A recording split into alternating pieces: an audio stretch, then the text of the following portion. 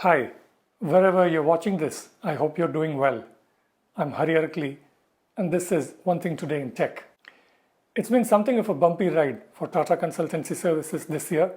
First, Rajesh Gopinathan, widely seen as Tata Group boss N. Chandrasekaran's protege, abruptly resigned from the post of CEO in March. And then news of an internal investigation into two whistleblower allegations of collusion between some company executives and some staffing firms became public. Yesterday, TCS told the stock exchanges it had concluded the investigation, sacked 16 employees for violation of its code of conduct rules, and moved 3 others. You can get more details on this in my podcast episode today on our website. But here, I want to focus on the IT sector's prospects in the near term in the coming few quarters. And while TCS doesn't provide any projections, some forward-looking commentary from CEO K Krithivasan and his senior colleagues from last week's fiscal Q2 earnings results discussion give us a sense of what's happening. Krithivasan is a company veteran of 30 plus years and previously led TCS's biggest business unit, banking, financial services, and insurance. He's come in at a time of global economic slowdown that in the last 10 days has been made more uncertain by the crisis in the Middle East.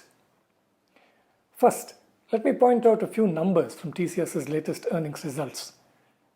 Contribution of America to total revenues has fallen from 54.3% a year ago to 51.7% at the end of the 3 months ended September 30th. It's really TCS's performance in the UK that's been showing up its numbers. Overall, revenue in the September quarter fell a wee bit from the previous quarter in US dollar terms, but for the last 3 quarters, revenue has been flat at about $7.2 billion.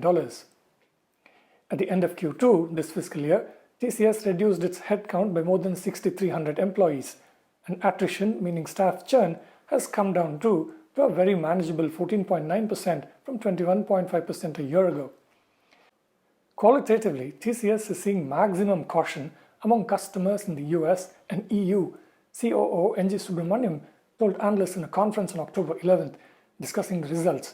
Both markets basically didn't grow during the quarter, and almost 11% growth in the UK was what helped the company's overall performance.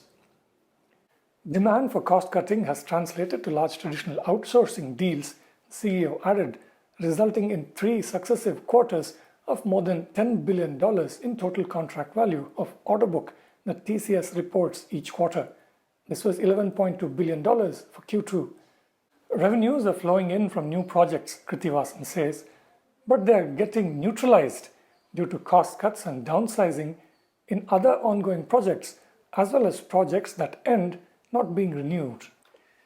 One last point. Krithivasan and his top deputies say TCS has so far trained 100,000 employees on generative AI skills. And that's One Thing Today in Tech.